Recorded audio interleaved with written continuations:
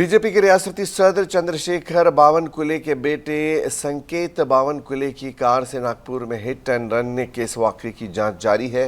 इसी दौरान Shiv Sena leader Sushma Andre ने हुक्मरान पार्टी की जानिब से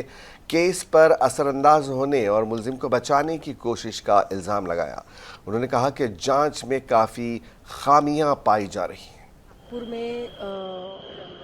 जिस तरह से हिट एंड रन का मामला हुआ और उसके बाद संकेत बावनकुले के पूरे डिटेल्स होने के बावजूद जांच में लूप होल्स रखे गए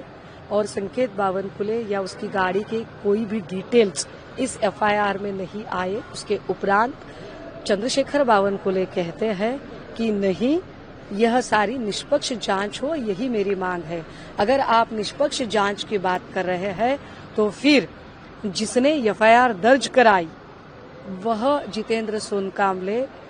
अब यह बयानबाजी क्यों कर रहा है कि मैंने एफआईआर वापस ली, जबकि एफआईआर बाय प्रोसेस वापस नहीं ली जा सकती।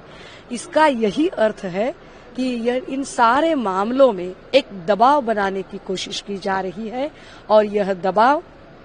हालांकि बीजेपी की सरकार है, गवर्नमेंट उनकी है, होम मिनिस्टर बीजेपी के हैं, तो बीजेपी की ओर से फडणवीस साहब, चंद्रशेखर बावनकुले